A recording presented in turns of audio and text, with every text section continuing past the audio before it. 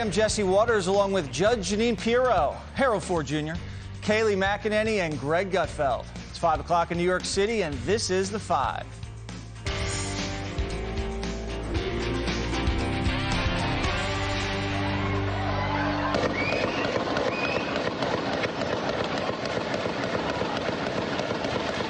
Police revealing brand new details surrounding a horrific mass shooting in Highland Park, Illinois, during a 4th of July parade. The act of pure evil, leaving 7 people dead and injuring 30 more. Authorities say just minutes ago, the suspect had 2 prior run-ins with law enforcement. In April of 2019, an individual contacted Highland Park Police Department a week after learning of Mr. Cremo attempting suicide.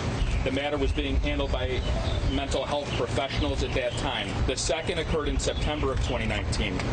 A family member reported that Cremo said he was going to kill everyone, and Cremo had a collection of knives. The police responded to his residence. The police removed 16 knives, a dagger, and a sword from Cremo's home.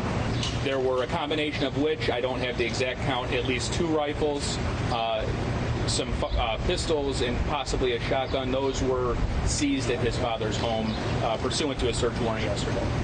Authorities also saying 21-year-old Robert Cremo was disguised as a woman to escape the scene and had planned the attack for weeks in advance. We're learning he left warning signs online that nobody caught, including posting very disturbing images and videos. Unfortunately, the carnage in America over the weekend doesn't end there. 30 minutes south of the Highland Park attack, 68 people were shot in Chicago. And 2 police officers were shot during a Philadelphia 4th of July fireworks show. Thankfully, they're going to be okay. Democratic politicians wasting no time to go directly after guns. Each day, we're reminded there's nothing guaranteed about our democracy, nothing guaranteed about our way of life. We have to fight for it, defend it, and earn it by voting. Our founders carried muskets, not assault weapons.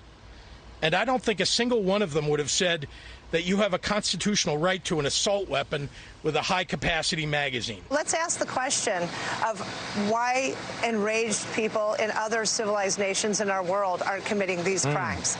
We know that this is a unique American issue, and that's why we need to take necessary steps. We need to have a much stronger conversation about why these weapons of war are still permitted in our society. So, Judge, what happened with this freak, Cremo? They seized his weapons, yet he still unleashes hell on this parade.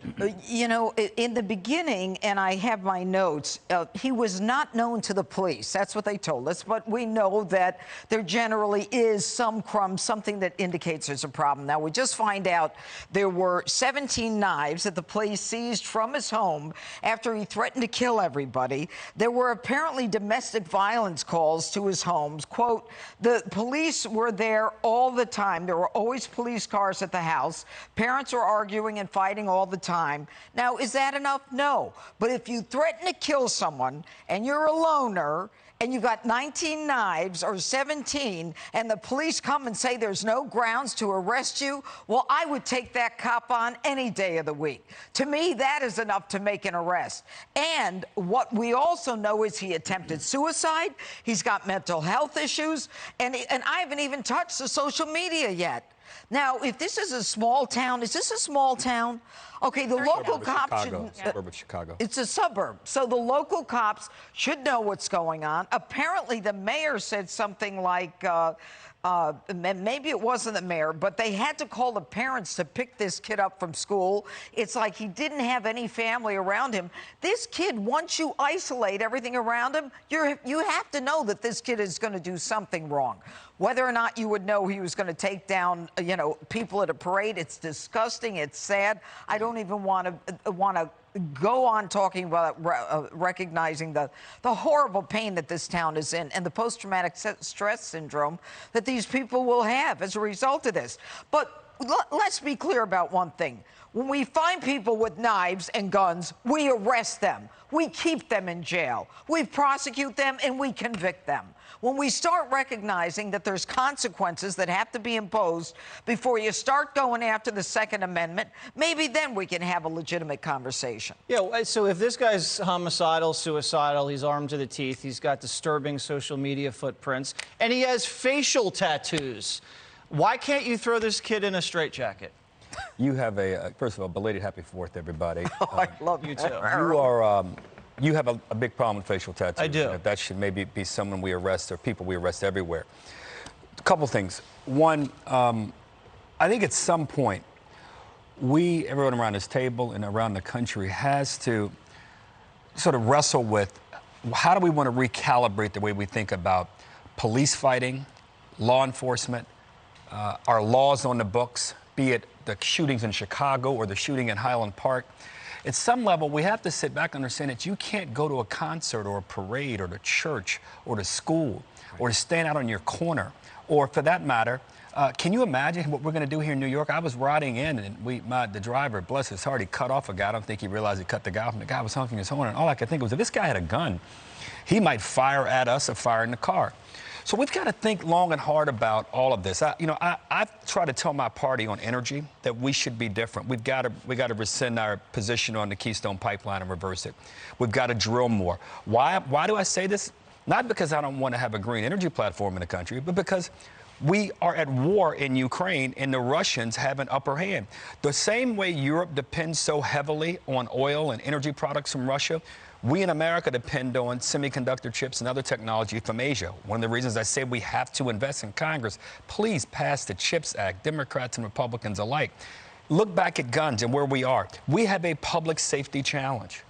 Now, I'm not saying guns is the total answer, but one of the jobs, principal roles of the legislature anywhere in the country, and for that matter, the federal legislature, is when a problem presents itself, everyone's got to not retreat to their little corners and have to hold their little sacred positions on things that, frankly, sound good on a piece of paper, sound good in a soundbite, but we have a problem. Now, I'm not saying removing guns is all of the answer, but something, the tattooed guy, the tattooed face guys, these guys are 21 and younger. Most of them are kids who come from some households that everything may not be in place. And here's what we should do also. If we're going to arrest the tattoo guy, we shouldn't let him buy a gun, because they've proven not to be responsible with guns. And this is not an attack on the Second Amendment. This is an attack on people who are trying to kill people. How do we identify that person? That's where we ought to spend our money and our time. Yeah. And but Lucy talking about mental health is not the issue here. Right. We know who the profile of these kinds of kids, and we ought to spend a lot of time and effort and money to ensure that they don't get guns. Yeah, but it looks like the officials in Illinois blew it, didn't they? They did. I agree with Harold in part. I agree about the importance of dialogue and not talking points. You look at France, which has very onerous laws when it comes to guns. Charlie Hebdo shooting, illegal weapon. Paris attack, which killed 129, illegal weapon. Toulouse shooting, which almost happened on a train, which was thwarted, illegal weapon. If you're sensing a trend, you should. Also very rare, we have reporters asking the right questions. That was an example of reporters asking the right questions. How many times did they ask, why didn't you involuntarily confine this guy? We heard, well, it's situational. That's not enough. If I'm the legislature right now in the state of Illinois, I'm looking at the laws for involuntary confinement when you have someone who articulates their plan specifically in advance. We saw this in Michigan with the school shooting, where the kid literally drew on a piece of paper what he was about to do that morning.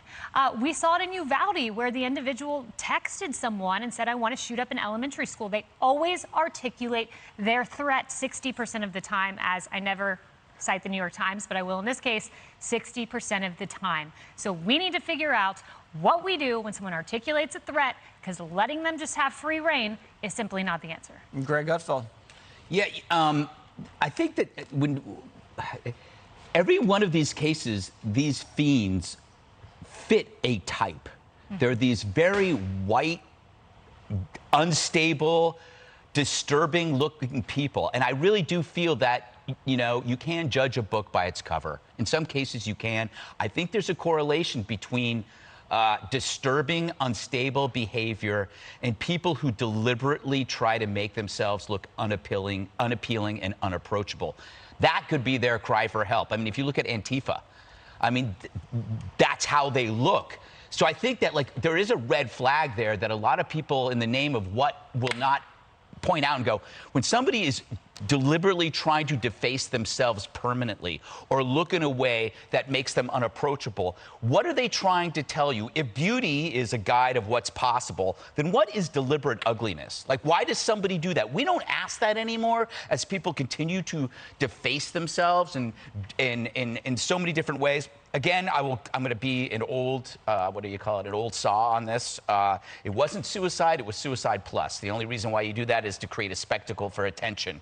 So I think this one is a pretty square case of a copycat because it happened on the heels of these other ones. So what's the point there? If there are enough mass shootings to see these trends, to see that they're mostly young white males, not all of them, but they're rare enough that you can look at each one of them. So if you take them away from gang shootings, from domestics, or any kind of gun use in the purpose of a crime, just look at people shooting for the sake of shooting. It's always influenced by the previous attack. So if you thought that you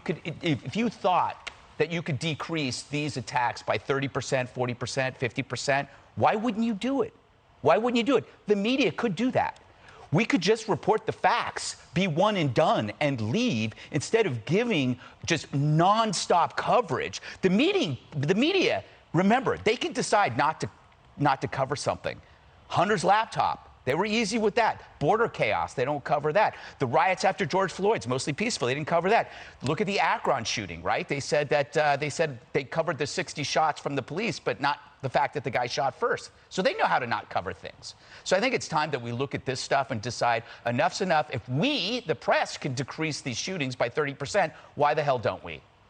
You're right, and I think we all need to be better at criminally profiling people. I'm criminally profiling you. You should. Right. You should, because I stole your lunch. That's right. Hi, everyone. I'm Brian Kilmeade. I want you to do me a favor. I want you to click to subscribe to the Fox News YouTube page. This is the only way that I know for sure that you're not going to miss any great commentary, any great news bites, any great interviews coming your way on Fox. You can get it all here on YouTube. So subscribe right now.